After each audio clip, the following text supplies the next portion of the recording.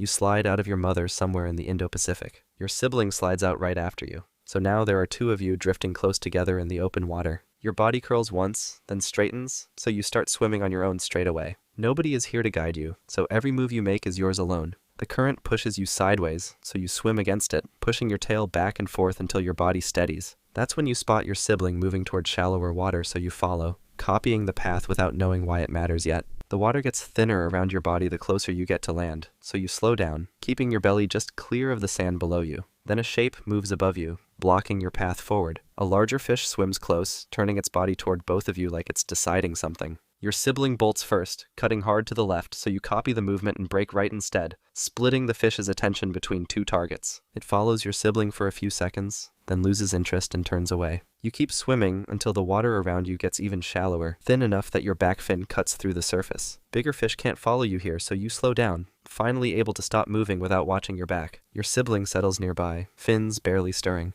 This shallow water is where you'll spend most of your time now, learning everything you need to survive on your own. You're 2 weeks old now, and your stomach is empty enough that you need to find food on your own. You spot a small fish resting near the sand, so you turn your body toward it and push forward fast. But the fish flicks sideways the moment you get close, so your jaw snaps shut on open water instead. You try again on a different fish a few minutes later, lining up your approach from behind this time, but it still feels your movement through the water and shoots away before you're close enough to strike, so you stop chasing and just float there, your sides moving in and out from the effort. That's when you notice something twitching under a thin layer of sand. You can't see it, but something about the movement pulls you toward it anyway, a sense in your snout picking up the tiny signal. You drive your face into the sand and snap down, and this time your jaw closes around something solid. A small crab struggles once between your teeth, then goes still as you swallow it down. That's your first real meal. You push your face into the sand again, searching for the same feeling, and find another crab buried a short distance away. You eat that one too. Faster this time, your snout already adjusting to the signal, hiding things send out even when you can't see them. Your sibling finds the same trick a short distance away, snapping at the sand and coming up with a small fish. Between the two of you, the shallow water is starting to feel less empty, but the sand only hides so much. Soon you'll need to start hunting things that don't stay still and buried,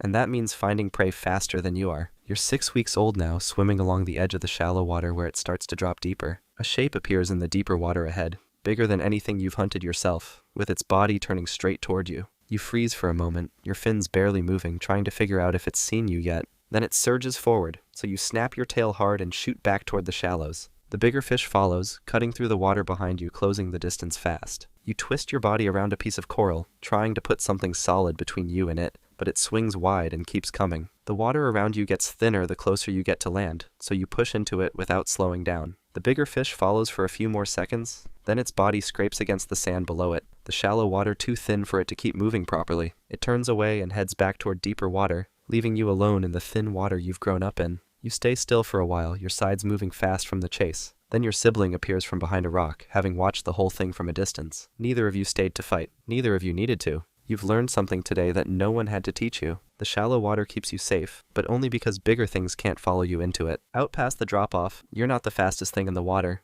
and you're not the strongest either. But you can't stay in the shallows forever. Eventually, you'll need to cross that line and find out what you're capable of out there. You're 8 months old now, and the shallow water near the sand doesn't hold enough food anymore. So today, you swim past the drop-off for the first time, following the slope down toward the reef below. The water opens up around you, full of color and movement you've never been close to before. Other blacktips move along the reef edge, some bigger than you, some about your size. You stay near the back of the group, watching how they move together without crashing into each other. Then one of them turns sharply and dives toward a school of small fish. So you follow the motion and dive too, snapping at the same school. You catch one before the school scatters, but a shark close to your own size catches one too, and you both end up close together near the same patch of coral. It turns toward you, holding its position, not backing away, so you turn to face it directly, holding still as well, neither of you willing to give up the spot first. Then it flicks its tail and moves off toward another part of the reef, leaving the patch of coral to you. You didn't have to fight for it, you just had to hold your ground long enough for it to decide the spot wasn't worth it.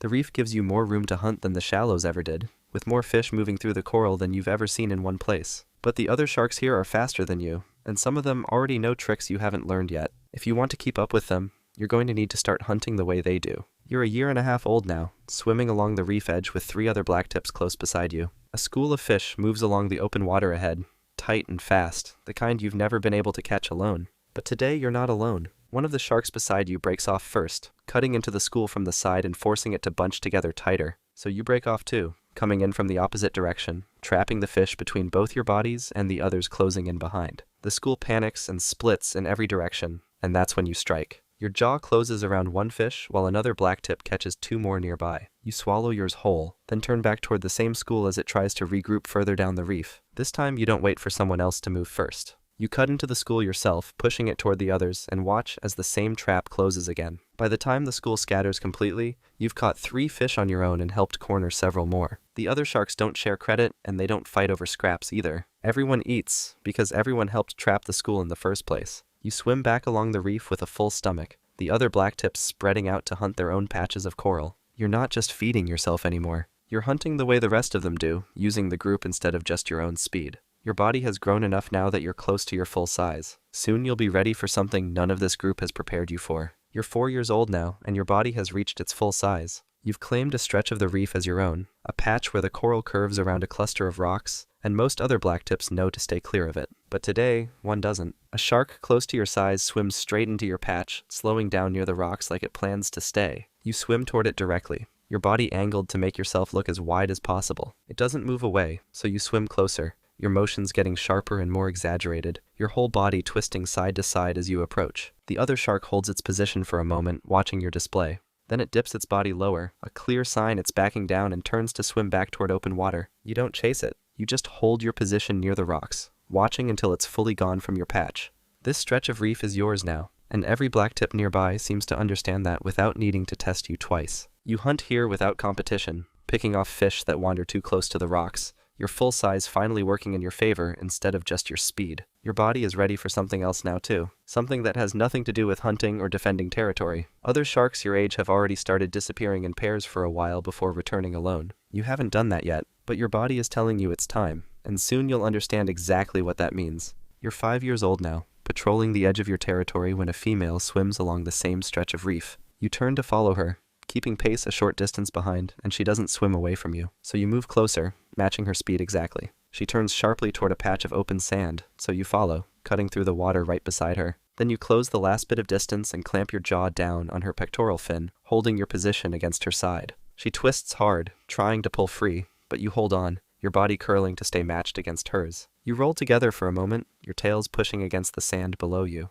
Then your bodies align, and the moment passes quickly, your jaw finally releasing her fin. She swims off a short distance and stops, her side marked from where you held on, and you stay where you are watching her go. A few other males circle the same stretch of reef, having watched the whole thing happen. None of them move toward her now. She's already swimming back toward open water, leaving the patch of sand behind without looking back at any of you. You turn back toward your own patch of reef, your body still carrying the marks of the encounter. This is how it works out here. And you've finally done what every shark your age eventually does. Somewhere out past the reef, she's carrying what comes next inside her. You won't see it happen, and you won't need to. Your part in it is already finished. You're 9 years old now, swimming along the reef edge where you've hunted for years, cutting toward a school of fish scattering near the coral. You catch one fast, swallowing it whole before turning back toward the rest of the school still regrouping nearby. Then the water around you shifts as something much bigger moves in from deeper water. A tiger shark, far larger than anything that has ever entered your territory before, cuts straight toward you without slowing down. You snap your tail hard, trying to twist away toward the shallows where nothing this size has ever followed you. But it's already too close, closing the distance before your body can fully turn. Its jaw clamps down across your side, the force of it stopping your motion completely. You twist hard, trying to pull free, but the grip doesn't loosen, and your body can't generate enough force to break away from something this much bigger than you. It pulls you under, shaking its head once, and your body stops fighting back. The school of fish you were chasing moments ago scatters past both of you, undisturbed by what's happening below them. The tiger shark releases its grip only to adjust its bite, then clamps down again, finishing what it started. Your patch of reef stays exactly as you left it, the rocks and coral untouched by anything that just happened near them. Another young blacktip will find this stretch of water eventually, the same way you once did, learning the same shallow water tricks that kept you alive for years longer than they kept you safe today.